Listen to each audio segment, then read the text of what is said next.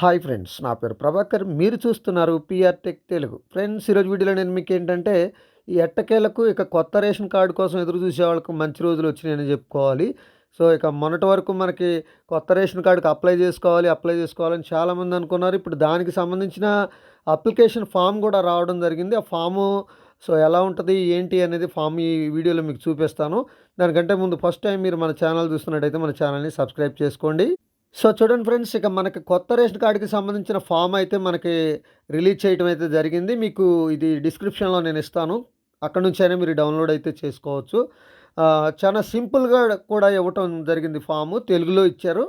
చాలా సింపుల్గా ఫామ్ ఇవ్వటం అయితే జరిగింది.